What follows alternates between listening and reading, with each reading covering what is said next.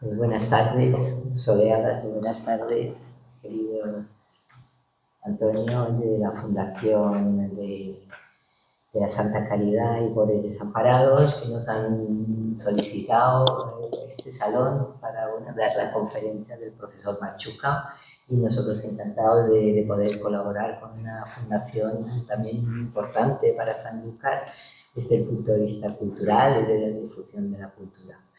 En fin, yo nuevamente darle las gracias también al profesor Machuca de que haya aceptado la invitación, y bueno, esperemos que nos ilustre de un aspecto que poco conocido del primer duque de Medina Sidonia. Yo creo que será de interés para todos. Y más, le doy la palabra aquí al representante de la Fundación de la Santa Caridad. Buenas tardes a todos, señoras y señores. Bueno, a mí me toca presentar, por supuesto, las gracias a los anfitriones, a la Fundación Casa de Medina Sidonia, y bueno, me toca presentar al profesor don Fernando López Vargas Machuca, y por supuesto agradecerles a todos su presencia y también a Fernando que haya accedido a deleitarnos con su ponencia, que sin duda tendrá mucho interés. Don Fernando López Vargas Machuca es licenciado en Geografía e Historia con la especialidad de Historia del Arte por la Universidad de Sevilla y es miembro del Centro de Estudios Históricos Jerezano. Desde el año 2000 es profesor de enseñanza secundaria y actualmente tiene su plaza en el IES Padre Luis Coloma de Jerez de la Frontera, donde se encarga del nivel superior de Historia dentro de las enseñanzas de Bachillerato Internacional que se imparten en el referido centro.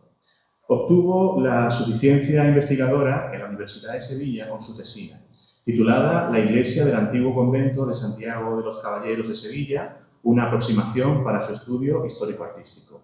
Y así, desde el año 1994, ha venido realizando labores de investigación sobre arte medieval en Jerez y en Sevilla, centrándose en la arquitectura gótica y mudéjar del siglo XV, así como en la pintura de ese mismo contexto. Ha presentado comunicaciones en varios congresos y numerosas conferencias sobre arte medieval en Jerez de la Frontera y otras cuestiones histórico-artísticas. Asimismo, ha realizado fichas y ofrecido conferencias para el ciclo anual de la pieza del mes, por ejemplo, en el Museo Arqueológico Municipal de Jerez. De igual modo, ha publicado artículos en diferentes revistas especializadas, entre ellas las revistas de Historia de Jerez, la revista de Humanidades Cartare, en Archivo Hispalense de la Diputación de Sevilla, en Laboratorio de Arte de la Universidad de Sevilla y en Archivo Español de Arte del CSIC. En 2014 publicó un libro llamado El edificio medieval de San Dionisio de Jerez de la Frontera. En 2015 ofreció un estado de la cuestión de sus investigaciones sobre arte medieval jerezano en el catálogo de la exposición Limes Fidei, y en el 2018 publicó la monografía San Dionisio de Jerez, una visita guiada. En 2021 presentó el libro Gótico y Mudéjar en Jerez de la Frontera, que es una síntesis de sus investigaciones hasta ese momento. Bueno, y sin más preámbulos, le damos la palabra al profesor Fernando López Vargas Machuca para que nos hable del mudéjarismo estético en las promociones artísticas del primer duque de Medina Sidonia y concretamente sobre el monasterio de la Távira. Muchísimas gracias. La verdad es que me siento bastante nervioso y un tanto avergonzado de estar aquí hablando ante todos ustedes, un simple profesor de instituto en un lugar como este, lleno de historia, ante un público muy selecto y de mucho nivel, y además sobre un tema que tiene mucho que ver, pienso, con el lugar en el que estamos. Para mí es un enorme honor, es un reto, así que tengo que dar las gracias a todos los que han intervenido en la organización de este evento, a Antonio Romero Dorado, por supuesto, a la Fundación Casa Medina Sidonia por acogerme en su hogar, a la Fundación Hermandad de la Santa Caridad y Pobres Desamparados, y por supuesto a todos ustedes que están aquí, ofrecerles algunos aspectos que les resulten de interés. Claro, dirán ustedes, ¿qué puede ofrecer un pobre profesor de instituto? Ante todo esto, bueno, pues el resultado de muchas investigaciones en mi tiempo libre, desde, el año 93 que acabé la carrera hasta ahora. Ha sido una trayectoria muy irregular porque he tenido que trabajar mucho para mí enseñanza secundaria. He tenido que prácticamente recorrer toda Andalucía, estar muy lejos de mi hogar, yo soy jerezano, y el resultado pues se ha visto poquito a poco en mi trabajo sobre el gótico mudéjar de Jerez. Y precisamente sobre eso va la charla. Vamos a ver, voy a intentar introducirles cuál es la importancia de ese foco jerezano, eso en una primera parte de la velada, y en una segunda parte vamos a hablar de la Rábida. Y vamos a ver la importancia enorme que el primer duque va a tener en la difusión de esas formas. Y vamos a intentar comprender cuáles son los gustos estéticos de las oligarquías en unos momentos muy interesantes, en unos momentos de cambio, que son ni más ni menos que los de la primera mitad del siglo XV, y más concretamente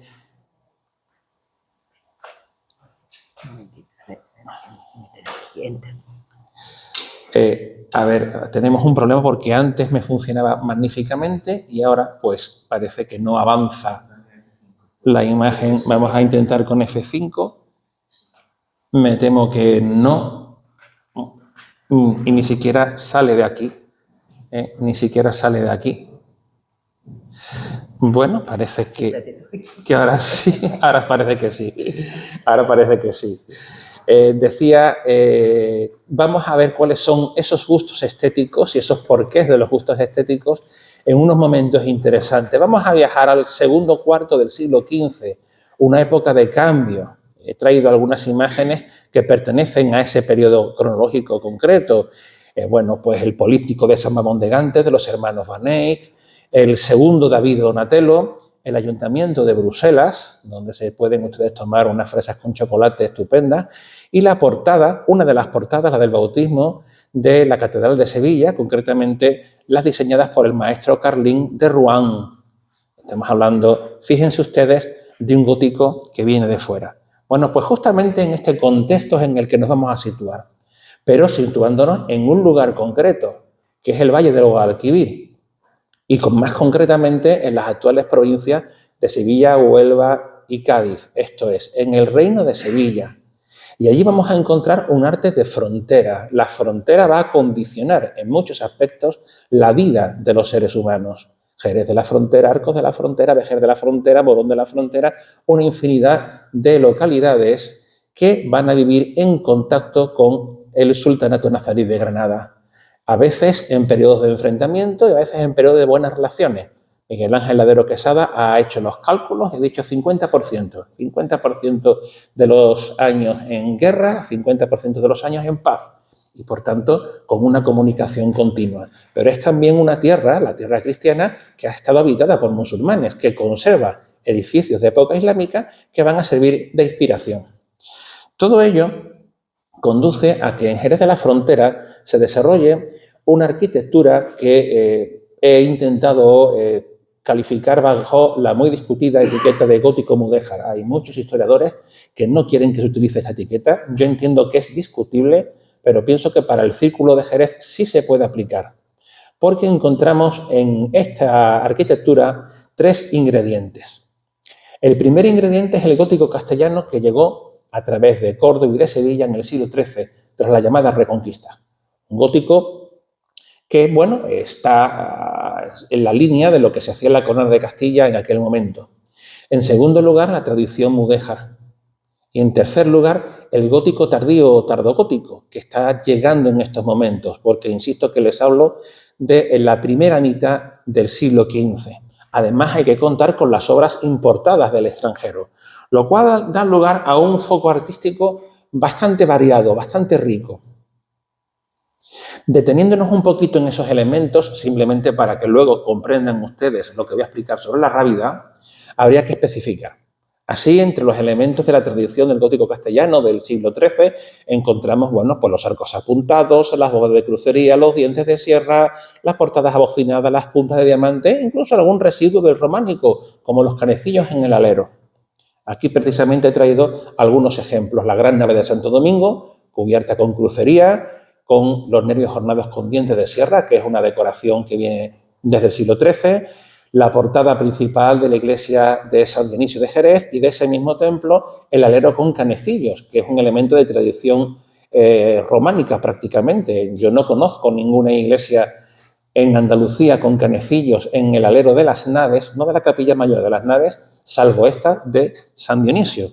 Es una de las cosas que hace esta iglesia única.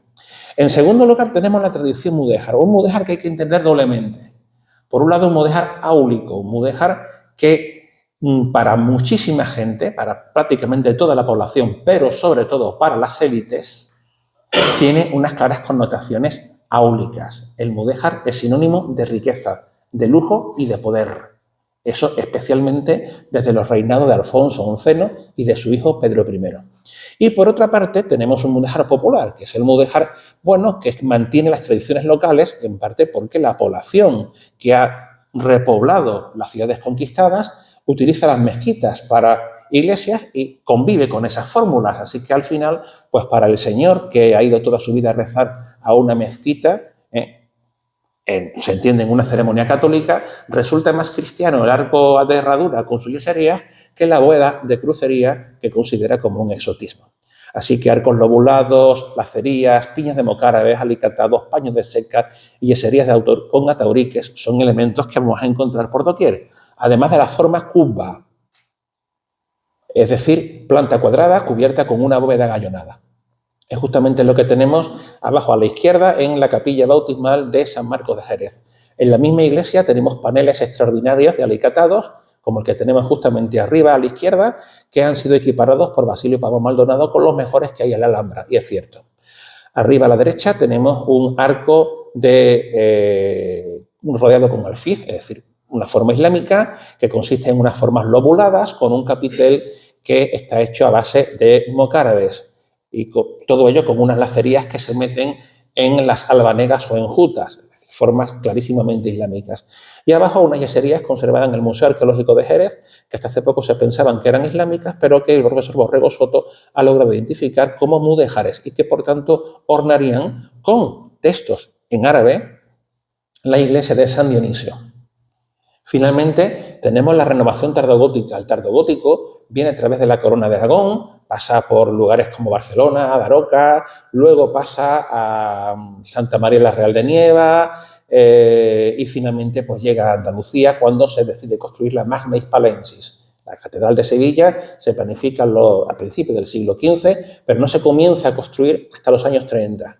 Y lo interesante es que en Jerez aparecen formas del gótico tardío tardogótico antes que en la Catedral de Sevilla. Antes, pocas décadas antes. Nervios con terceletes, arcos conopiales con trilóbulos, cardinas, formas flamígeras y la tendencia al horror vacui. Precisamente arriba a la izquierda tenemos la capilla de la Jura de San Juan de los Caballeros, en la que se utiliza el tercelete, a saber, un nervio que al llegar a la mitad de su recorrido se divide en dos partes, formando una especie de Y. Con el uso del tercelete en el abovedamiento se lograron formas estrelladas. Abajo tenemos el uso del tercelete en la capilla mayor del Real Convento de Santo Domingo, en este caso añadiendo nervios complementarios que le dan una gran complejidad. A mí mi maestro me decía en su momento que esta bóveda imposible que fuera del siglo XV, que tiene que ser del siglo XVI. Pero, sin embargo, las investigaciones que hemos hecho varios historiadores del arte en Jerez, varios historiadores y arquitectos también, demuestran a las claras que sí es del siglo XV y que, por tanto, esta complejidad de bóvedas aparece en Jerez antes que en la Catedral de Sevilla, bastantes décadas antes. Finalmente, otra imagen de la Torre de la Atalaya de San Dionisio, en este caso la mitad superior, en la que vemos un arco conopial típicamente tardogótico con sus carnosas hojas de cardina, que es una decoración naturalista, con cuadrilóbulos y con esos trilóbulos en los arquillos que forman el intrados del arco conopial. Son formas, insisto, típicas del tardogótico que aparecen antes que en Sevilla, o por lo menos de manera paralela, en este caso, a la construcción de las portadas que dan a la avenida, y que, a mi entender, pudieron llegar a través del arte mueble, a través de retablos, por ejemplo. Claro, llegados a este punto, me estarán diciendo ustedes, ¿de qué está este señor hablando? Está hablando de un arte que es un gótico temprano, gótico tardío y mudéjar al mismo tiempo, y encima con resabios románicos. Eso no existe, eso es una cosa muy rara. Bueno, el ornitorrinco también es raro, es un animal extraño y existe. Bueno, pues sí existe en arquitectura también esa mezcla tan rara. Lo que pasa es que hay que saber buscarla. Permítanme ustedes que les lleve a un sitio muy lejano, a un edificio que ustedes no conocerán en absoluto, donde podrán ver que existen todas esas formas, ¿no? Justamente en esta lejanísima portada, para las personas que nos están viendo por internet, hay que decir que esto es una broma. La portada se encuentra en este edificio, en la Capilla Palatina del Palacio Ducal de Medina Sidonia. La tenemos aquí saliendo a la izquierda. Además es parroquia, pero fue construida, como Antonio Romero ha explicado, tanto como parroquia como en el rol de Capilla Palatina. Bueno, pues ahí tenemos todos esos elementos, justamente, que se levantan, según ha demostrado Antonio, en los años 40 del siglo XV, a raíz del matrimonio de don Juan Alonso Pérez de Guzmán con doña María de la Cerda, uniendo así dos importantísimas familias nobiliarias. Examinémoslas con un poquito de más detalle. Fíjense ustedes, arriba, en morado, he puesto el elemento románico, canecillos monstruosos. Canés bastante toscos, todo hay que decirlo, no es una portada de una enorme calidad, es una talla tosca, pero la fórmula remite al románico. El friso de cerca, evidentemente, es mudéjar, es de tradición islámica, sin ninguna duda. Los arcos conopiales corresponden a la arquitectura gótica tardía, por eso lo he puesto en verde. Aquí de nuevo en verde tenemos formas del gótico tardío, las formas flamígeras, a saber, tracerías curvilíneas que vienen pues precisamente de Rouen. Es una de las primeras catedrales que se hizo en estilo gótico flamígero, allá por el siglo XIV. Lo que pasa es que en España llega más tarde. Formas flamígeras, más hojas de cardina, cuadrilóbulos, todo ello pertenece al gótico tardío, pero el entrelazo que he puesto en color naranja es de tradición islámica, es mudéjar, mientras que las puntas de diamante vienen del primer gótico castellano. Bueno, del primer gótico no, sino del gótico de la primera mitad del siglo XIII. Es una fórmula que viene del Early English, de Inglaterra, y que aquí se convierte en lo que llamamos punta de diamante. Todo ello en una misma portada. Hasta el punto de que, bueno, un historiador llamado Hipólito Sancho de Sopranis, que es de lo mejor que hemos tenido en esta zona, llegó a confundirse y a afirmar que la portada se había hecho en dos momentos históricos diferentes, pero no, la portada se hace en un solo momento, como ha demostrado Antonio Romero Dorado, y tiene una relación directísima con la torre de la Atalaya de San Dionisio. Eso ya lo dijo Diego Angulo. Lo que pasa es que el pobre de Diego Angulo, que fue un inmenso historiador, pues fue el primero que se acercó a un análisis científico de esto y no terminó de atinar con sus criterios, pero la relación es evidente. Hoy sabemos que la torre de la Atalaya no se hizo en dos fases, como pensábamos todos, se hizo en una sola fase en los años 40 del siglo XV. Es decir, es contemporánea de la portada de la O, y yo diría que de toda la iglesia. Y además creo que puedo atribuir sin ningún problema esta torre a una persona concreta, Alfonso Benítez, el alcalde del Ararifazgo. El alcalde del Ararifazgo es el maestro mayor de la ciudad, el que trabaja para el concejo de Jerez de la Frontera. Esta torre no se hizo para la iglesia, la hizo el concejo para poner el primer reloj público de la ciudad, como ha demostrado el historiador Manuel Romero Bejarano. Por tanto, es una obra pública. Y lo lógico es que una obra de envergadura la realice el maestro mayor de obras de la ciudad, el alcalde del Alharifazgo. Por tanto, se puede atribuir sin ningún problema, creo, a Alfonso Benítez esta torre y se le puede atribuir la iglesia de la O, aunque esa es otra historia que dejaremos para otro momento.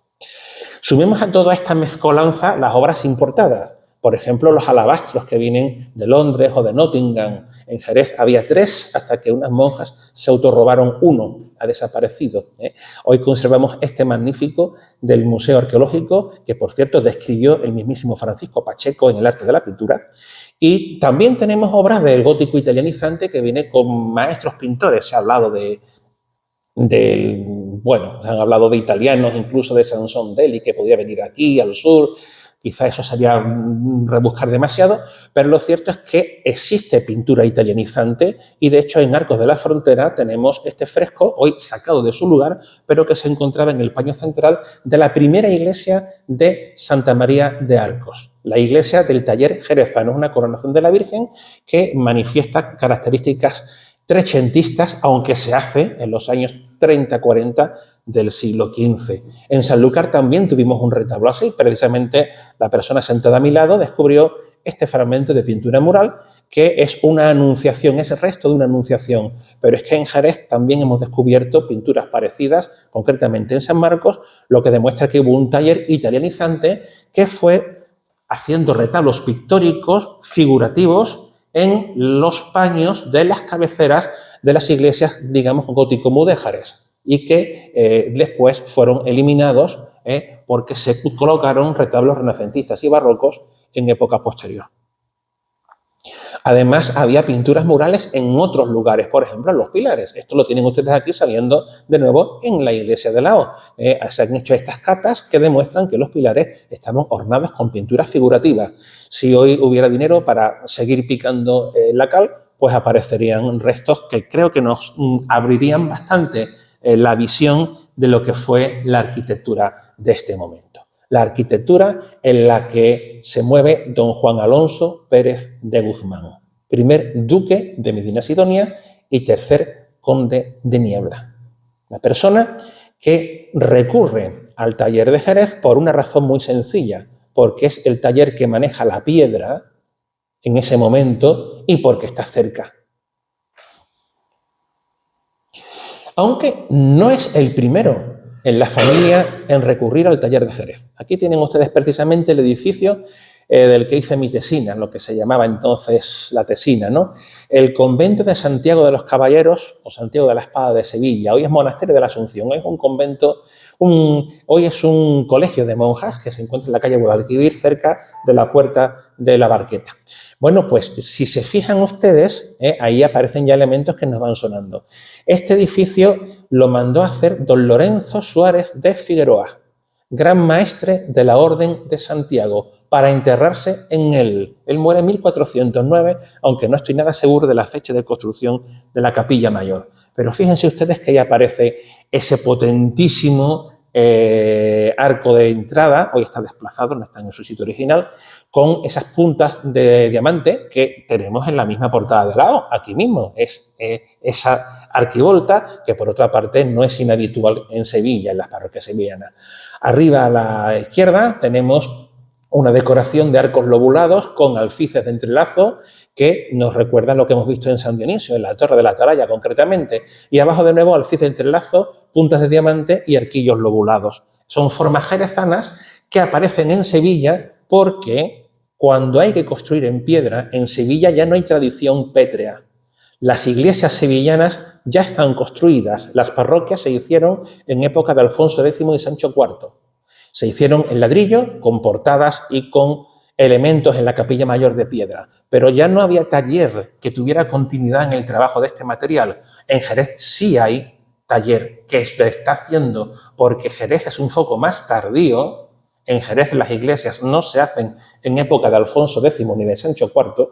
En Jerez se hace mucho después y por tanto hay un taller activo. Y es lógico que los santiaguistas o don Lorenzo Suárez de Figueroa recurran a esos maestros. La gracia está en que el abuelo, Lorenzo Suárez de Figueroa es el abuelo materno de Juan Alonso Pérez de Guzmán. ¿Casualidad? Yo creo que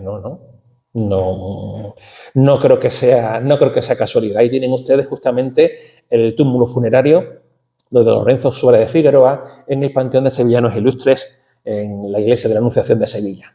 Fíjense ustedes, les voy a arrojar algunas sugerencias. Fíjense ustedes ahí. Miren la imagen de arriba a la izquierda. Tenemos una bóveda de crucería con terceletes, una bóveda estrellada. Yo mismo me estrellé cuando hice la tesina porque no me encajaba en la cabeza que esta bóveda pudiera ser de una fecha tan temprana. Porque es que las bóvedas con tercelete aparecen mucho más tarde. En la Catedral de Sevilla aparecen en el crucero. ¿Saben ustedes dónde hay bóvedas estrelladas iguales que esta? ¿Saben ustedes dónde hay bóveda en la cabecera con uso del tercelete para generar bóveda estrellada? Aquí, en nuestra iglesia de Laos. Lo que pasa es que el retablo lo tapa, pero Antonio ha subido y las ha visto. Están allí los terceletes. Fíjense también en la foto del centro y la de la derecha. La del centro es esta iglesia de Laos. Tenemos una torrecilla en el lado izquierdo rematada con merlones escalonados. Lo mismo que en Santiago de la Espada. Vale, sí, en Sevilla hay una serie de iglesias que Angulo estudió, que son del siglo XIV, que tienen esa misma fórmula. Torre en la izquierda, rematándose el ábside con merlones escalonados. Así que ahí lo dejo. Y luego, por supuesto, las lacerías, las puntas de diamante, son muchos elementos de relación con la iglesia de Alao. Además, en la iglesia de Santiago de los Caballeros, en Sevilla, la sacristía actual fue capilla de los Mosquera. Y los Mosquera son señores que, como Antonio podía contar, están directamente relacionados con los duques. Así que fíjense ustedes cómo las cosas poquito a poquito van encajando. En cualquier caso, todos saben que la gran realización de los Guzmanes es San Isidro del Campo, un monasterio de cistercienses que en un momento dado pasa a la orden jerónima. Allí podemos distinguir dos iglesias. Esta principal, que está aquí, es la que hace Guzmán el Bueno. Esta la hace uno de sus hijos, la iglesia que se encuentra al norte, y durante un tiempo va a funcionar como parroquia de Santiponce. Tenemos el patio de los evangelistas, el patio o claustro de los muertos, el refectorio y la sala capitular. Nos interesa fundamentalmente este patio de los evangelistas, que además de reconocer ustedes la lacería haciendo un alfiz que hemos visto antes, podrán ver que se alternan pinturas góticas y pinturas mudéjares. Es decir, tenemos santos a la manera italogótica, a la manera trecentista, por así decirlo, y luego tenemos zócalos pictóricos que imitan alicatados. Todo ello debe de ser posterior a 1431, que es el momento en el que pasa el convento de la orden del Císter a los jerónimos. Los cistercienses son muy austeros y rechazan la decoración que distraiga del rezo, no así los jerónimos. Pero más nos interesa el patio de los muertos. El patio de los muertos, bueno, pues se ha vinculado por aquello del ladrillo y tal a la tradición mudéjar, pero lo interesante es que conserva toda esta decoración que presenta, como ven ustedes, por un lado, lacerías mudéjares, por otro lado presenta estas tracerías también mudéjares, pero asimismo hay cardina, hay flora gótica, flora carnosa, naturalista, que no responde a las fórmulas esquemáticas y estilizadas propias del arte mudéjar, que son góticas, mientras que el remate es una arquitectura fingida en 3 dimensiones. Bueno, pues la persona que restauró hace algunas décadas, estas pinturas murales, que es Pedro Respaldiza, dijo, y creo que tiene toda la razón, que seguramente se hicieron a raíz de la preparación de este claustro para enterramiento de un personaje que se enterrará, que fallecerá en 1469. ¿Qué personaje? El primer duque. Precisamente el primer duque. Es decir, el primer duque se entierra aquí, no se entierra en la iglesia, porque a lo mejor hubiera sido demasiado presuntuoso, no lo sé. Pero lo cierto es que se reserva una esquina del claustro. Y dice, yo quiero este claustro preparado para ser mi morada eterna. Por tanto, vamos a traer unos maestros que respondan a la estética que a mí me interesa. ¿Qué estética le interesa? Pues ahí lo están viendo ustedes. Lo mudéjar y lo gótico. Lo gótico porque es lo que está llegando. Él conoce que existe el gótico. Él sabe que existe ese estilo que viene de Europa y sabe que se interesa por la flora naturalista. Sabe que se interesa también por las arquitecturas tridimensionales o haciendo uso de la perspectiva lineal. Pero asimismo valora y mucho los entrelazos. ¿Por qué? Porque al fin y al cabo, insisto, con Alfonso XI y Pedro I, las oligarquías tienen muy claro que lo mudéjar es sinónimo de riqueza, es sinónimo de poder. Atención a la camiseta, ahí me tienen ustedes hace ya algunos años, ya gordo, pero no tanto como ahora, que estoy hecho una foca. Ahí tienen ustedes la tracería, de una camiseta que me compró mi madre, aquí presente, que es justamente la que aparece ahí enmarcando estas formas góticas. Y que tenemos en la Rábida. En la Rábida tenemos un claustro mudéjar de ladrillo con unas pinturas que fueron muy alteradas.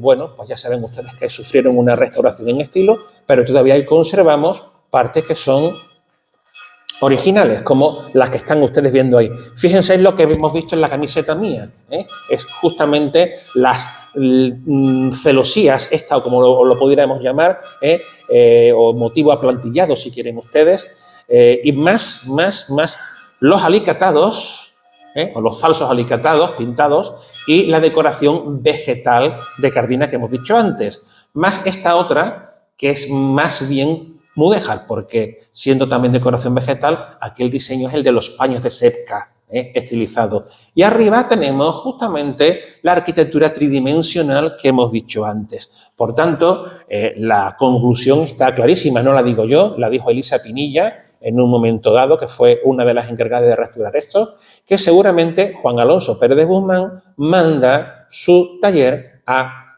La Rábida, porque está clarísimo que es el mismo taller utilizando las mismas fórmulas en un orden diferente, es decir, no tienen la misma colocación en altura, pero son las mismas fórmulas. Cambia el remate, arriba, que a lo de arriba es La Rábida, tenemos una crestería tardogótica, abajo tenemos unos merlones, pero está claro que es un taller, si no el mismo taller, si no son los mismos pintores, son pintores que han aprendido en Santi Ponce y que van hacia La Rábida.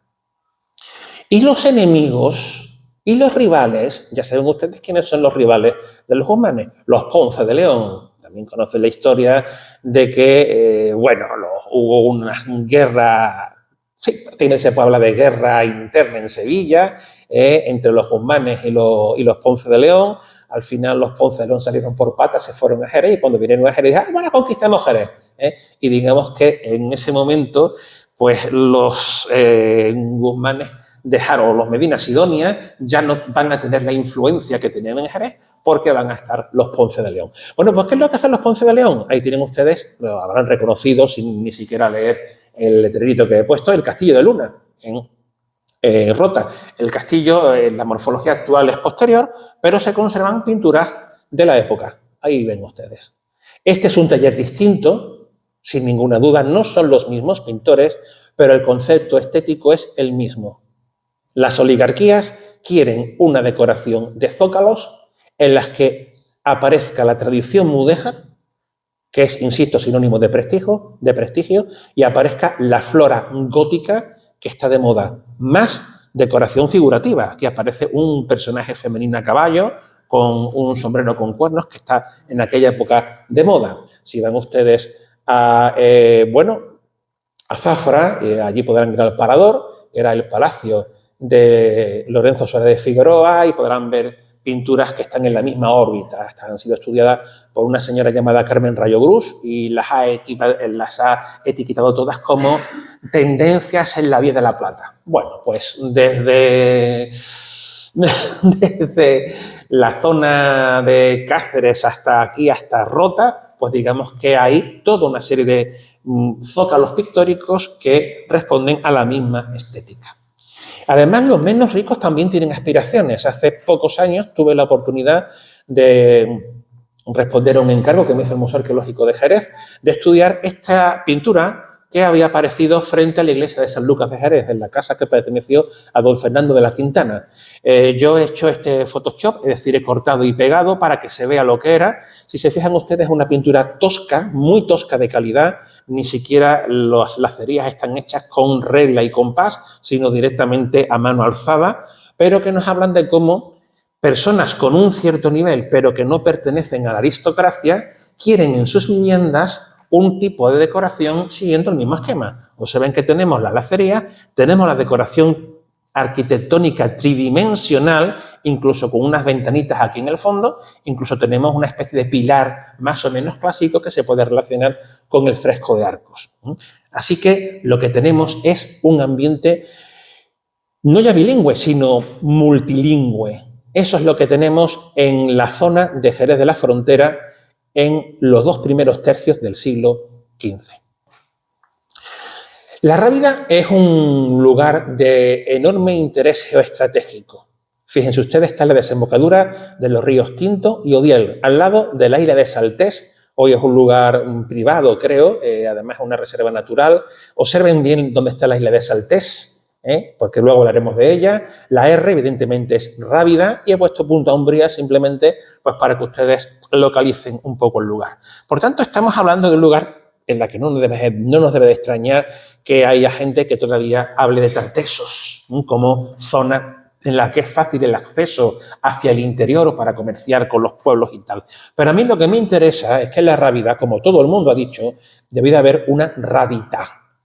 Vamos a ver, ¿qué es una rábita?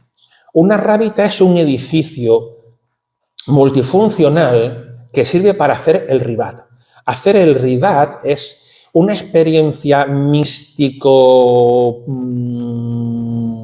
¿cómo diría yo? Místico-guerrera, en la cual el musulmán se retira a un lugar con especial interés defensivo para estar durante un tiempo, por un lado, aislado del mundo, aislado de las preocupaciones de la vida diaria, rezando. Y en segundo lugar, ejerciendo una labor de vigilancia de un punto importante. Ribats había muchísimos, ¿no? Se ha hablado de que este edificio era un ribat. Por lo menos, si no recuerdo mal, la difunta duquesa defendía que esto fuera un ribat, si no me equivoco. Ella lo ha defendido.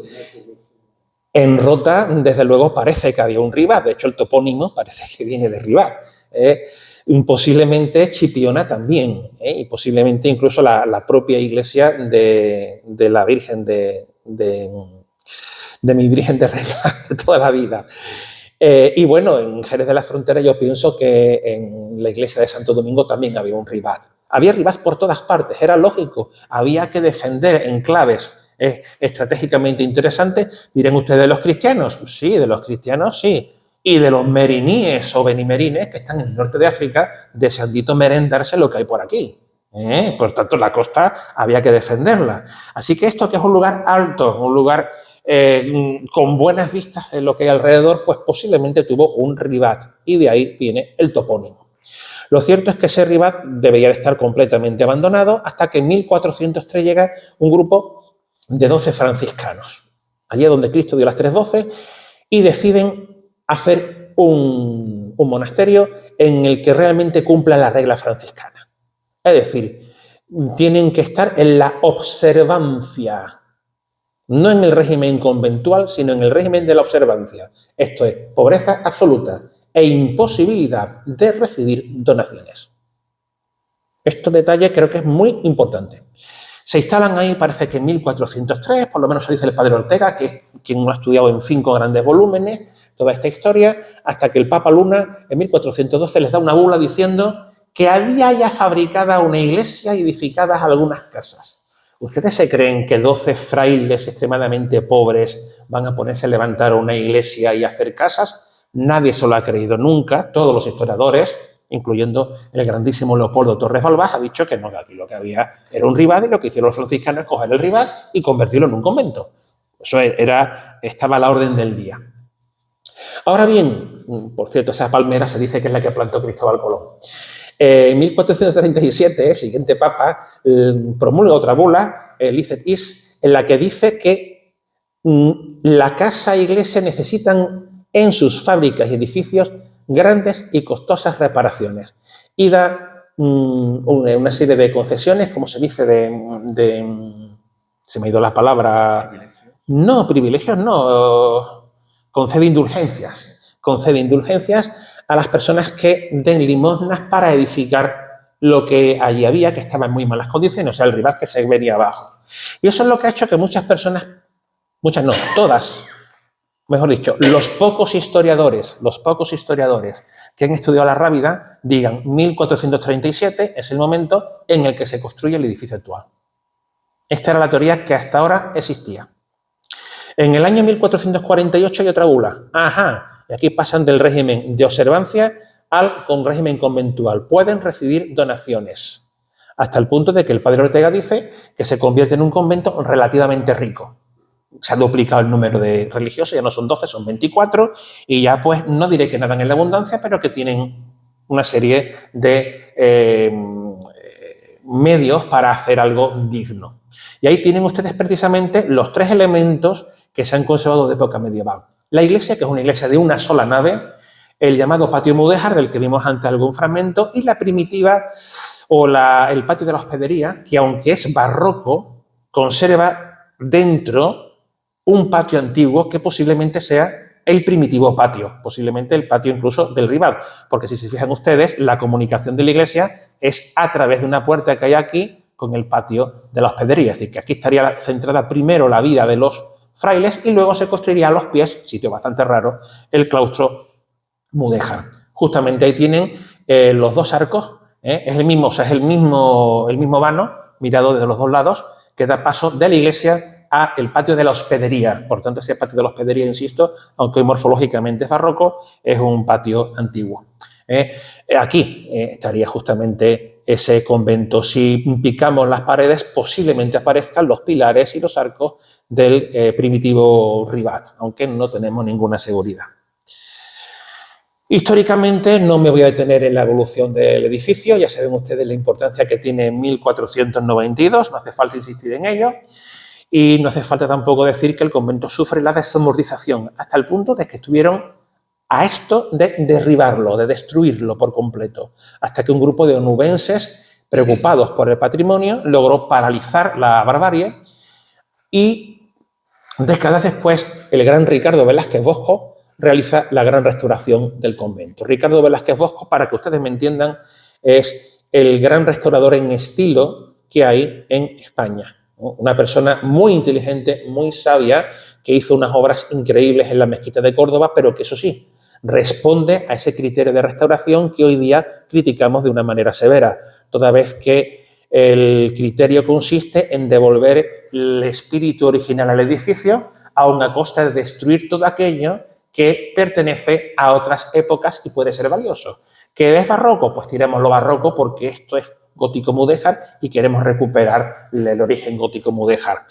¿Que hay que restaurar las pinturas? Bueno, pues cogemos las pinturas y plum, las repintamos otra vez. Ahí tienen ustedes precisamente el zócalo que pintó Ricardo Velázquez Bosco a partir de unos pequeños restillos que había.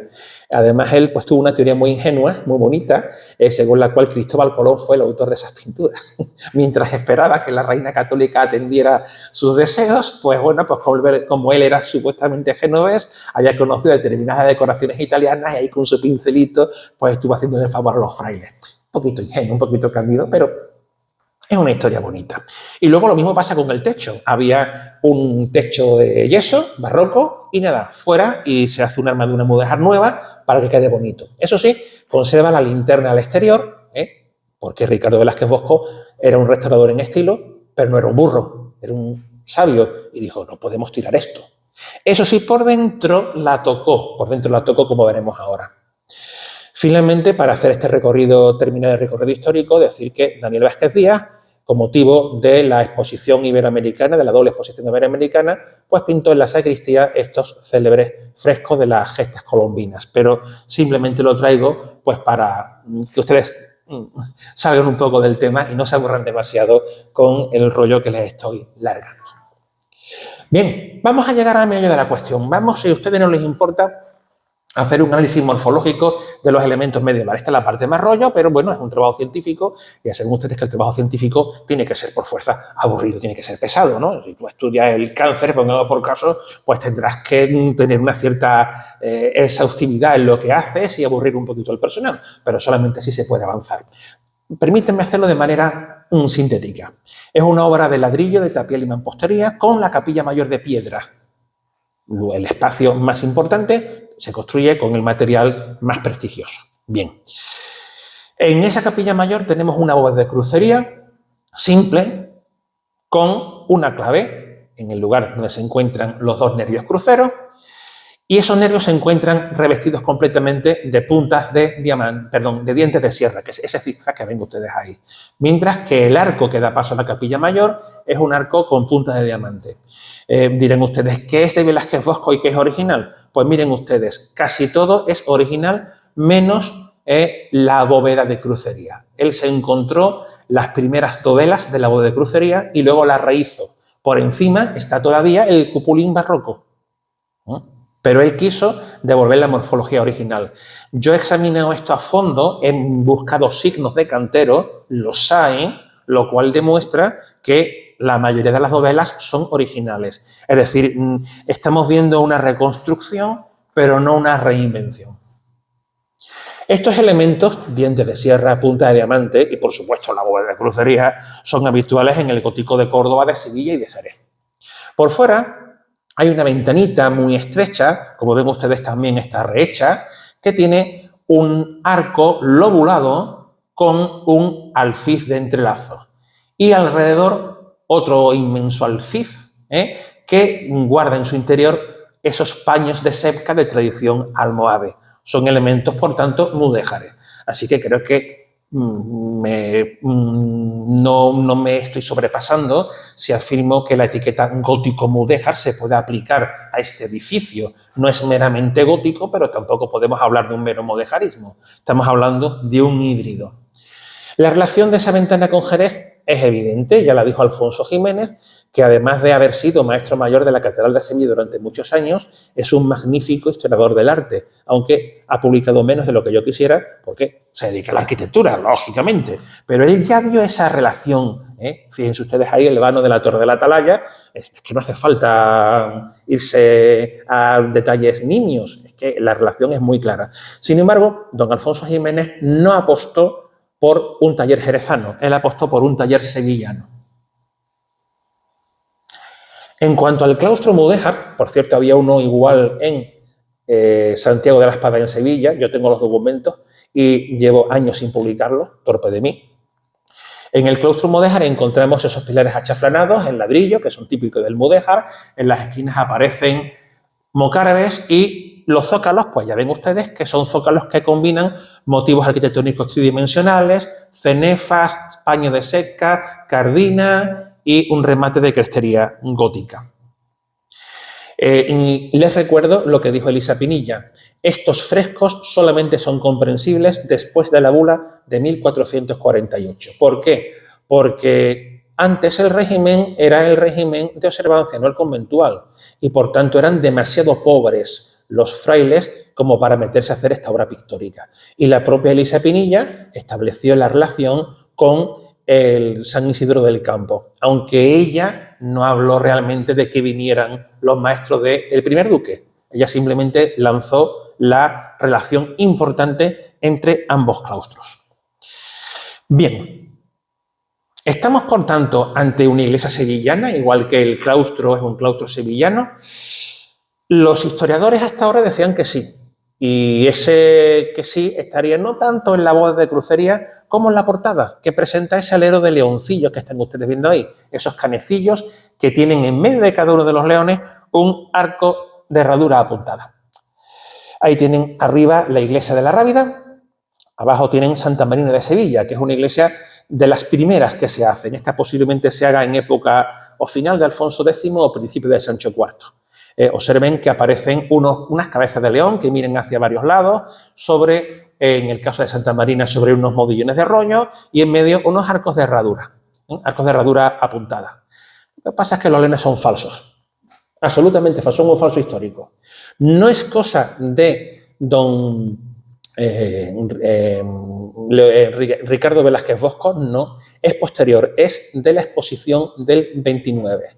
Y esto lo demostró Guillermo Duclos, otro arquitecto, que también está vivo, este señor, ha estudiado también muy por encima de la Rábida, pero bien estudiada y acertando. Es que dice él, es que las fotos antiguas demuestran que ahí no había leones. Ahí no había alero con leones. Y luego yo he hecho un análisis de los leones, comparándolo con los leones sevillanos, y he llegado a la conclusión de que son absolutamente falsos. Lo que pasa es que ahí no me voy a enrollar, pero si tienen ustedes interés, en la revista Cartare, uno de los últimos artículos publicados, es artículo mío sobre esto mismo, y ahí analizo de manera más detenida la morfología de los leones y llego a la conclusión de que esos leones en la vida pueden ser leones originales. Son una monumental falsificación de alguien que, de cara a la Exposición Universal, quiso sevillanizar la portada en esa línea de restauración en estilo. Esta iglesia sevillana, nos faltan los leones, pues les ponemos unos leones que quedan más bonitos y preciosos. Y entonces los historiadores cambiaron después, se lo han entregado. Sin embargo, este detalle no es falso. Ese detalle es genuino. Además, observen la marca de cantero. Hay una marca de cantero, hay un detalle genuino. Miren ustedes, yo no soy más, insisto, que un pobre profesor de instituto, pero yo me he recorrido todas las iglesias góticas y mudéjares del Valle del Guadalquivir. Todas. Y ese doble lazo, sí, ese remate en doble curva hacia el exterior, solo lo he encontrado, aparte de en esta portada de la Rábida, en un sitio, en el Real Convento de Santo Domingo de Jerez de la Frontera. Solo en las ventanas de la sección gótico-mudéjar. Las fotografías no son buenas, lo siento, pero he intentado mejorar la definición en mi casa esta mañana para que ustedes lo vean. Y si no lo ven, créanme, pero creo que sí lo ven, ¿eh? Creo que sí lo ven. Es el mismo remate, ¿no? Y no lo hay, se lo puedo asegurar, en ninguna iglesia, ni en Córdoba, ni en Sevilla, ni en Jaén, en ninguna parte. Por supuesto, no cuento con Málaga, Granada y Almería, porque en esta época son parte del sultanato nazarí y no hay iglesias. Ahí lo tienen otra vez, ¿eh? ¿Y en qué contexto aparece este remate en doble circunferencia? Pues en un contexto pleno de gótico mudéjar jerezano, ¿no? Aquí está el remate en cuestión. Ahí ven ustedes los arcos lobulados, las puntas de diamante formando una línea de imposta. Tenemos las piñas de mocarábe en las claves y en las ménsulas. En fin, no hace falta insistir mucho. Estamos ante una obra del taller gótico mudéjar de Jerez, en su salsa, ¿no? Y bueno, ese taller también trabaja en otros sitios, por ejemplo, en el Divino Salvador de Vejer de la Frontera. Es una iglesia que tiene dos mitades, la mitad de los pies es tardogótica, pero la mitad oriental es una obra del taller jerezano, incuestionablemente. Basta con poner la fotografía para darse cuenta que es lo mismo. Además, las dos capillas mayores utilizan la fórmula Kubba, pero eso daría pie a otra conferencia. Y me callo. Observen, por cierto, esa línea de entrelazo que aparece en el Salvador de Vejer y en los rarísimos pilares de San Dionisio de Jerez. San Dionisio estaba recubierta completamente con yeserías barrocas, pero en los años 60 se hizo una intervención muy agresiva que sacó a la luz los pilares, y esos pilares convierten a San Dionisio en un únicum arquitectónico. No hay ninguna iglesia en el mundo que tenga los pilares ornamentados con lacerías mudéjares con capiteles de mocarábe. Eso es único absolutamente de San Dionisio. De tal manera que podemos establecer una clara relación entre San Dionisio, Santo Domingo y el Divino Salvador, porque encontramos elementos de la una que aparecen en la otra y a su vez en la otra aparecen elementos que aparecen en la tercera. Es un mismo taller, es el taller del que yo he hablado, un taller que trabaja desde finales del siglo XIV hasta 1464. Y un taller que está liderado por dos personas, tío y sobrino, Fernán García, que es uno de los dos autores de la capilla de la Jurensegun de los Caballeros de la que antes les hablé, y su sobrino Alfonso Benítez, que es el maestro mayor del Alarifazgo, que, como digo, levanta la torre de la Atalaya y muy probablemente hace la iglesia de al lado. Me dirán ustedes, bueno, ¿y en este detallito se va a basar usted para establecer un vínculo con Jerez? Está borracho, ¿no? Por un detallito nada más, sí, vale, que el detalle solamente aparece en estas iglesias, pero eso es mucho para decir que vienen aquí los jerezanos. Es cierto, pero es que hay otras evidencias. ¿Me permiten ustedes presentárselas? Primero, nervios recubiertos íntegramente con dientes de sierra. Solo en 2 iglesias de Córdoba y en 8 de Jerez. Ninguna en Sevilla. En Sevilla, los dientes de sierra solamente recubren el nervio de espinazo, el nervio transversal. Estoy pensando en Santa Marina, San Andrés, bueno, la lista es larguísima. Pero en ninguna iglesia sevillana, repito, en ninguna, los dientes de sierra recubren la integridad de los nervios de una bóveda. En Córdoba sí, hay 2 iglesias. La de abajo a la derecha, que es la Real Colegiata de San Hipólito, y la Parroquia de San Miguel. Ambas obras del siglo XIV. Pero en Jerez la tenemos en 8 iglesias diferentes, incluyendo la del centro, que es la iglesia de San Marcos, incluyendo la de la derecha, que es la iglesia de San Mateo, ahí la tenemos además acoplados los dientes de sierra a la bóveda estrellada, y incluyendo la torre de la Atalaya, que es la de arriba a la izquierda. Esa es la cámara superior de la torre de la Atalaya, que ya hemos dicho que es del mismo maestro que viene a Sanlúcar. 2. El baquetón de entrelazo vertical. Efectivamente, aparece en el Divino Salvador de Vejer de la Frontera, lo tienen a la izquierda, aparece en Santiago de la Espada y aparece en San Dionisio, que está a la derecha. Es verdad que el de Santiago de la Espada es diferente en el diseño, pero al fin y al cabo es un soporte decorativo a base de entrelazo vertical. Bien. Bueno, y dirán ustedes, ¿y esto dónde está en la Rábida? Ah, hay que buscarlo. Hay que meterse dentro de la capilla mayor, hay que coger una cámara que tenga un buen zoom y con el zoom se ve o se intuye. Tengan ustedes en cuenta que esto estaba todo cubierto con la bóveda de yeso barroca y que fue picado por Ricardo Velázquez Bosco. Y bueno, creo que se ve que la piedra es la original, es una piedra muy deteriorada y creo que se intuye aquí. Observen cómo baja el entrelazo. Cómo se va aquí entrecruzando, pasa el lazo de el baquetón de la izquierda a la derecha, el de la derecha a la izquierda, y abajo tienen un nudo en forma de 8, como en San Dionisio y en el Divino Salvador. Vamos a parar atrás otra vez para que ustedes vean ese 8 del que he hablado. Aquí lo tienen en la Rábida, aquí lo tienen otra vez en la Rábida, se ve muy mal, pero ahí está, lo tienen aquí, lo tienen también aquí, ¿verdad? Aquí creo que se ve un poquito mejor. Ya digo, la piedra está muy gastada y las fotos hay que sacarlas de lejos. Pero creo que estarán de acuerdo conmigo en que es el mismo tipo de tratamiento ornamental. Más cosas. Primera dovela de la bóveda de crucería sin tallar, un cubo. Esto no es aportación mía, esto me lo ha hecho ver José María Guerrero Vega, que es un compañero arquitecto que ha hecho una tesis sobre el gótico mudéjar en Jerez desde el punto de vista de lo que él es, un arquitecto. Pues efectivamente, aquí tienen ustedes la primera dovela, una de las primeras dovelas de la Rábida, están las 4 esquinas, cada una sin tallar, y en la torre de la atalaya, otra vez la torre de la atalaya del maestro que viene aquí a la O, tenemos la primera dovela sin tallar. Demasiada coincidencia, ¿no? No me dirán ustedes que hay mucha coincidencia, creo que sí. Y luego las marcas de canteros. Las marcas de cantero de la Rábida, que son pocas, pero muy repetidas, aparecen recubriendo todo el muro exterior y parte del muro interior, son menos una, marcas que aparecen en la torre de la atalaya. Las marcas por sí mismas, insisto, no son una demostración, pero sirven, ayudan. Más cosas. Miren, esto que tienen ustedes ahí es lo que la tradición jerezana historiográfica ha llamado angrelado. No es un término correcto, pero nos sirve. ¿Qué es el angrelado? Pues son arcos lobulados en los cuales se van superponiendo. Grande, pequeño, grande, pequeño, grande, pequeño, pequeño, grande, pequeño, grande, pequeño, grande. Es un tipo de decoración que aparece en el mundo almohade y que luego es muy habitual en la arquitectura nazarí, concretamente en la Alhambra.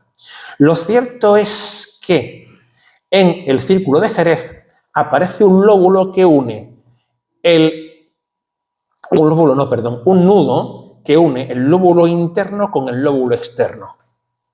En Sevilla no hay ni un solo ejemplar, salvo los del Real Alcázar de Don Pedro, que hacen maestros granadinos, porque ese nudito es granadino. Bueno, pues miren ustedes cómo está en la Rábida. Se ve mal, pero se ve, ahí está, el nudo que une los dos lóbulos. Los otros angrelados que hay en las iglesias sevillanas, estoy pensando en Santa Catalina, no tienen el lóbulo. El lóbulo jerezano, que por cierto viene de Córdoba, es curioso, pero es de Granada y viene por Córdoba, aparece en la Rábida y aparece en Jerez.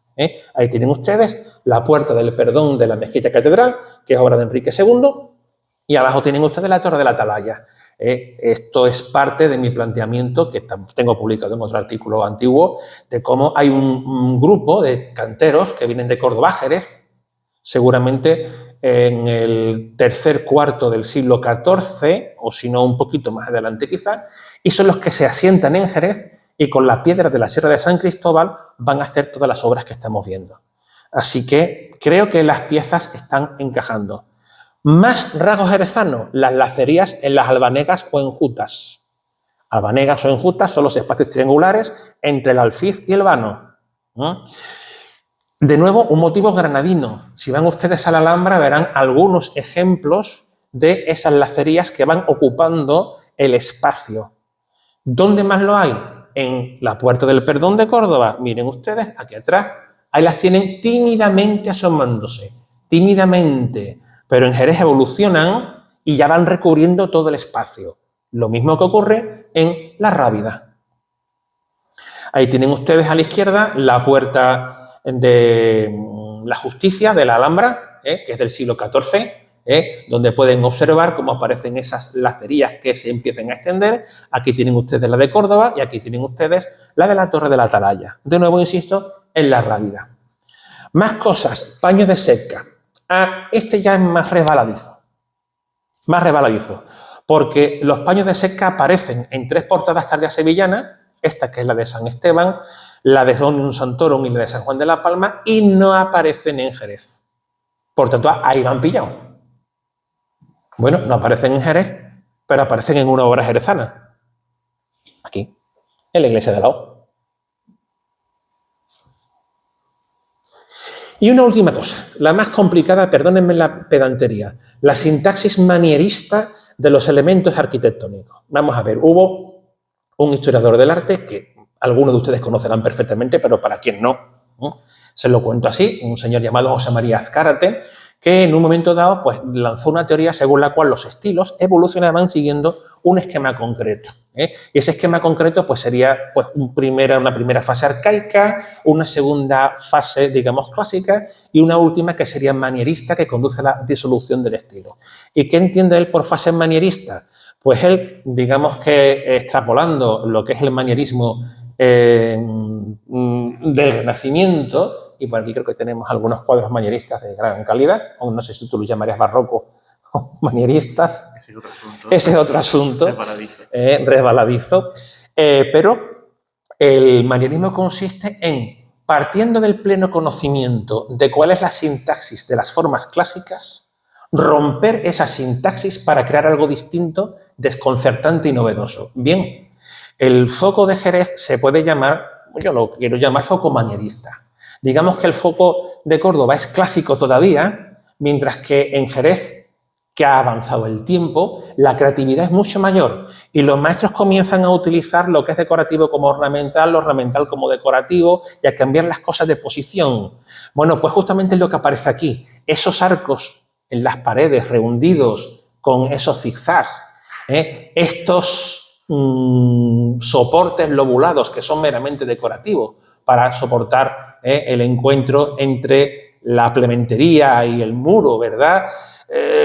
Todo presenta una ilógica arquitectónica. Una ilógica arquitectónica que algunos interpretamos como puramente manierismo gótico y otras personas, por ejemplo, el profesor Alfredo Morales Martínez, que es un profesor de la Universidad de Sevilla y que nos dio clase a nosotros, pues afirma que es mudéjar. Él dice, no, es que ese manierismo no es que se altere el gótico, es que ese es el carácter del mudéjar. Bien, ahí podemos discutir y hacer una mesa redonda en la que seguro mucha gente se pegaría. Yo conozco historiadores del arte que se han enfrentado violentamente delante del público acerca de si lo uno o lo otro. Y de hecho hoy hay una fortísima polémica en torno a esto. El gótico de fachadas exuberantes como esta que tenemos en la O es la última expresión del sentido del horror vacuo y mudéjar, o es por el contrario una traslación a la sensibilidad local con elementos mudéjares de lo que es el gótico tardío, que decide rellenar todo el espacio que recibe decoración, lo llena de ornamento. Bueno, yo creo que la solución salomónica es la que dio un profesor recientemente fallecido, Juan Carlos Ruiz Sousa, que hablaba de convergencia. Es decir, que las dos cosas se producen al mismo tiempo y se funden. Es decir, sí habría un componente mudéjar y sí habría una estética tardogótica, porque coinciden en esa sensibilidad. Así que yo lo que he hecho es presentarle a ustedes muchos elementos que aisladamente no sirven para demostrar que la iglesia de la Rábida sea jerezana, pero que tomadas todos ellos en conjunto, creo que nos indican que, primero, la portada es falsamente sevillana. Segundo, la iglesia conoce la participación de maestros jerezanos, tanto en la portada como en la capilla mayor. Tercero, esa capilla mayor presenta elementos relacionables con Santiago de la Espada, con Vejer de la Frontera y con nuestra iglesia de lado, con la capilla palatina de este palacio en el que aquí estamos. Usando probablemente piedras de la Sierra de San Cristóbal. Ahí tienen ustedes las famosas canteras que se utilizaron como mínimo desde el siglo XIII, como mínimo. Hipótesis. La motivación de utilizar la piedra es levantar la capilla mayor con ese material prestigioso. Propongo que los maestros y la piedra llegaron a través del mar. Y me planteo, ¿por qué se cuenta con maestros del taller jerezano si en Sevilla ya se estaba construyendo en piedra la catedral? Todavía no había bóvedas, estaban empezando a hacerse, pero los pilares ya se veían. Bien, creo que con esto tiene mucho que ver Juan Alonso Pérez de Guzmán. Hechos a tener en cuenta fundamentales. 1. El monasterio había sido muy pobre. Primero 12 monjes, luego 24, en régimen de observancia. Yo entiendo que esos 12 monjes, 24 monjes en régimen de observancia no tenían dinero para traer piedra. La bula de 1437 diciendo, da dinero que os damos, otra vez se me ha ido la palabra, indulgencia, no me parece suficiente. Pero sí me parece suficiente la bula de 1448 que permite recibir donaciones. ¿Y saben ustedes quién realiza la primera donación? El primer duque, don Juan Alonso de Guzmán, es el primero que va, toma, para vosotros, la isla de Saltés, que los monjes enseguida subarriendan y obtienen un beneficio importante. Estamos aquí ante algo interesante. ¿Por qué hace la donación el primer duque? Hombre, él no es el patrono del convento, pero del monasterio, pero es conde de Niebla, que no está demasiado lejos. Y al fin y al cabo es una manera de mostrar, pues por así decirlo, su solidaridad con ese centro monástico y de demostrar que él es un personaje poderoso y al mismo tiempo ejercer la piedad, que es un factor que no podemos olvidar en estos momentos, el factor de ejercer la piedad. Y claro, digo yo, si las pinturas del claustro de Santiponce se hicieron muy probablemente para adecuar aquello para entierro del primer duque, y el primer duque facilita la llegada de esos maestros pictóricos a la Rábida, ¿por qué no va él también a facilitar la llegada de sus arquitectos de Sanlúcar a la Rábida? Yo creo que ahí está la clave. Leamos estos fragmentos de Antonio González Gómez, un historiador medievalista, hermano de un historiador del arte, pero este es medievalista, que dice lo siguiente. El monasterio de la Rábida logró reunir un considerable patrimonio, sobre todo tras las donaciones y protección dispensadas por los titulares de la Casa Guzmán, que no en balde son condes de Niebla. Estos señores lograron reunir gran parte de la tierra llana de Huelva oriental y occidental, excepto Moguer, que era de los portocarreros, lo que dio lugar a no pocas tensiones con esta villa señorial, Moguer, que se disponía a modo de isla en el interior de sus extensos dominios. Ahí he puesto Mordor, para quienes conocen El Señor de los Anillos. Mordor es de los portocarreros, no, por ahí no. Claro, si tú quieres llegar a la Rábida desde Sevilla, o atraviesas Mordor, o tienes que dar una vuelta enorme y meterte por el río. No hay otra manera. Sin embargo, la comunicación con Sanlúcar de Barrameda es muy fácil. Y Sanlúcar está al lado de las canteras de San Cristóbal y está al lado de Jerez. Con lo cual, creo que blanco y en botella. Estamos ante los frailes que reciben una gran donación de don Juan Alonso Pérez de Guzmán y dicen, vamos a hacer una iglesia digna. ¿Podría usted, señor duque, facilitarnos sus maestros? Yo encantado. Yo os mando maestros que están trabajando para mí en Sanlúcar de Barrameda. Os mando un pequeño equipo, porque marcas de canteros hay pocas, generalmente cada cantero es una marca. Pues entonces os mando un equipo de unos pocos canteros que conocen estas fórmulas y que os van a hacer la capilla mayor, efectivamente. Así que este era el planteamiento que yo quería ofrecerles. Como, resumiendo mucho, el primer duque es una persona que se mueve en una estética que es propia del momento y que es plurilingüe. En segundo lugar, que él tiene una importantísima relevancia a la hora de difundir estas fórmulas. Y, en tercer lugar, que el taller jerezano, en un momento en el que la arquitectura de Sevilla estaba anquilosada porque la catedral todavía se está empezando a hacer y no se ha convertido en modelo, no se va a convertir en modelo hasta los años 60, ese taller tiene una gran irradiación y es aceptado por las oligarquías como representativo en sus fórmulas de su poder. Por supuesto, quedan muchas cosas por investigar. Ahí he puesto una simplemente. A la derecha, la sacristía de Santi Ponce. A la izquierda, los pilares, o uno de los pilares de nuestra iglesia de la O. Son muchas cosas por investigar, pero el tiempo se nos acaba. Y no solo se nos acaba el tiempo de la charla, que ya ha terminado, sino se nos acaba el tiempo de nuestra vida. No podemos investigarlo todo. Pero bueno, si se nos concede algo más de tiempo, pues quién sabe si podemos seguir investigando sobre esto. Así que ha sido un enorme honor para mí estar con todos ustedes y presentarles este planteamiento en lo que fue la casa precisamente del protagonista de la velada, el primer duque. Muchísimas gracias.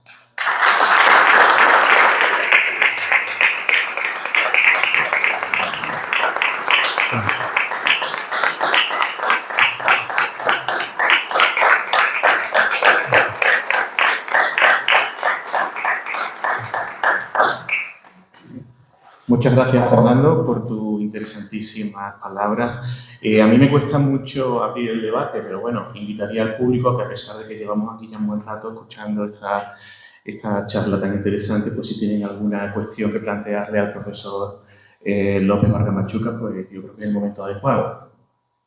Si nadie está interesado, yo la verdad quisiera apoyar la propuesta que él ha venido aquí a contarnos. Yo soy conocedor de sus investigaciones desde hace ya muchos años. Para mí todo lo que ha contado me resulta muy familiar, muy convincente. Yo sé que para ustedes, o para la mayoría de ustedes, es algo nuevo, pero Fernando es sin duda el especialista en este tema. Yo creo que su propuesta, no solo esta última y novedosa, sino todas las anteriores, pues son muy sólidas, muy convincentes. Yo creo que quizá no han tenido la repercusión dentro de la historiografía que debieran tener, quizá precisamente porque estamos hablando de Jerez, no estamos hablando de Sevilla, y por lo tanto estamos hablando de una ciudad muy importante, pero en la mentalidad de algunas personas todavía periférica, cosa que evidentemente estamos viendo que no es así. Hay relaciones con la Baja Extremadura, con la propia metrópoli andaluza, con los estados de la Casa de Medina Sidonia. Pues los patronos son el maestre de la Orden de Santiago, el duque de Medina Sidonia, el primer duque de la Corona de Castilla. Estamos realmente hablando de un núcleo que no es para nada periférico.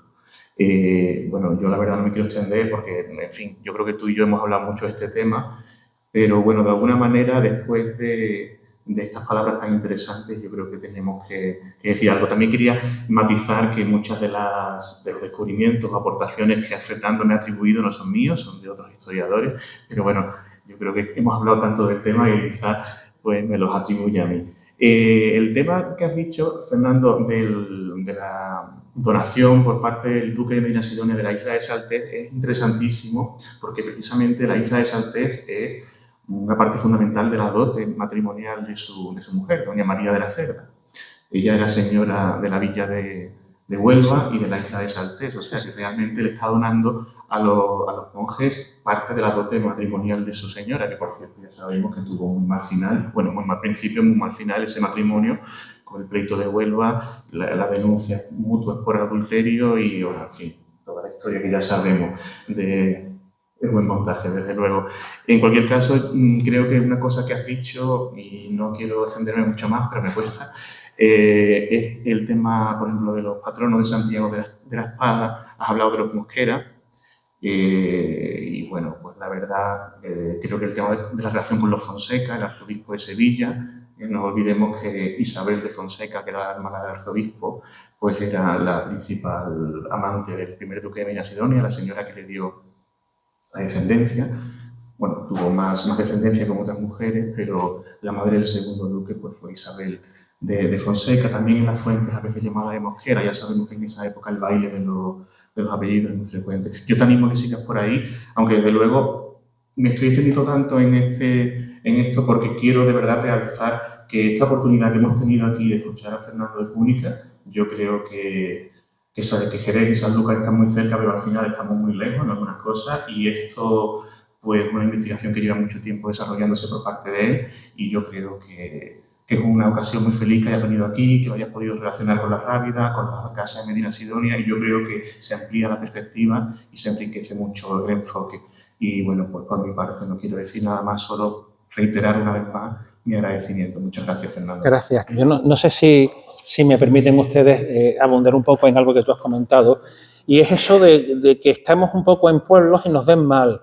Miren ustedes, hay una desgracia, y es que los profesores universitarios investigan sobre las ciudades en las que está la universidad.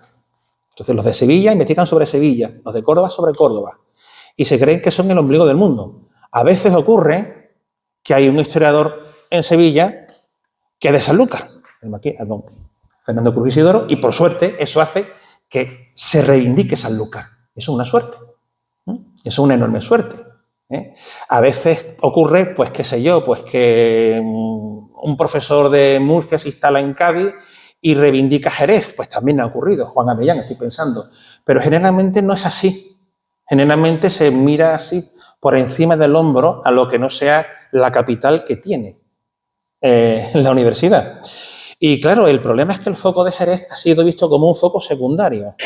Cuando los profesores sevillanos han estudiado Jerez, han dicho Jerez no es más que una derivación de lo que se hace en Córdoba primero y en Sevilla después. Y eso es aplicable al siglo XIII, es aplicable a la época inmediatamente posterior a la conquista. Pero, sin embargo, no es aplicable a lo que en Jerez se hace desde final del siglo XIV hasta 1464.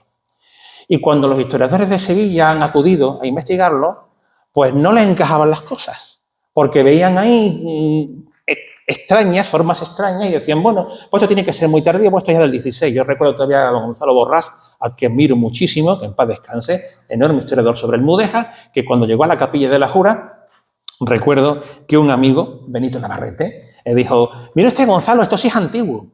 Y don Gonzalo Borrás, con mucha mala leche, miró para arriba y dijo, najadas, este es del 16. Se equivocaba, no es del 16, es de 1404. Entonces, claro, está fechado. Entonces, tú puedes ser un enorme historiador del arte, como lo era don Gonzalo, extraordinario, lo admiro muchísimo, pero puedes patinar, ¿por qué? Porque tú vienes de fuera y vienes con los prejuicios montados y no puedes reconocer la originalidad de lo que se puede hacer en focos locales. Esa Capilla de la Jura yo la he estudiado y resulta que es el primer ejemplo documentado de fusión entre la bóveda estrellada tardogótica del siglo XIV, Capilla Barbazana en Pamplona, por ejemplo, y la cuba islámica. Eso luego terminará en cosas como la Capilla del Condestable en la Catedral de Burgos, que es una obra impresionante. Claro, si eso yo lo cuento por ahí fuera, en Jerez, ¿cómo va a aparecer en Jerez eso? Si Jerez es un foco secundario, no, hay que reivindicar. Por supuesto, los maestros no son de primerísima calidad en cuanto a lo que es la labra de la piedra, otra cosa porque es una calcarenita muy porosa y se deja afectar por los agentes erosivos, pero son obras interesantes porque esa sintaxis manierista es creativa e influirá en Sevilla. Es que influye en el convento de Santiago, influye en la Rábida y en un edificio que no he citado siquiera, que es la Cartuja de Sevilla. En la Cartuja de Sevilla intervienen sin ninguna duda maestros jerezanos. ¿Por qué? Porque es en 1400 y pico y en 1400 y pico en Sevilla no hay maestros. ¿De dónde sacan los maestros? Los sacas de Jerez. Lógico, vente para acá con piedra y que quiero que me construyas una cartuja. Y en la Cartuja hay muchísimos estilos más que apuntan también a Jerez. Pero eso sería para otra historia. Lo último que quería decir es que agradezco a Antonio, aparte de la invitación y los conocimientos que ha compartido conmigo, haberme descubierto un factor muy importante. Y que no yo, bueno, ni yo, ni creo que casi nadie de los que hemos estudiado la arquitectura medieval local hemos tenido en cuenta la importancia capital de la nobleza. Jerez es una ciudad de realengo, pero esa ciudad de realengo está durante una parte importante del siglo XIV controlada por el primer duque y luego por los Ponce de León. Y eso no lo hemos tenido en cuenta a la hora de estudiar las artes, ni la arquitectura, ni la plástica pictórica de la decoración mural. Y creo que esa es una vía muy interesante para profundizar en la cuestión. Así que, Antonio, muchas gracias.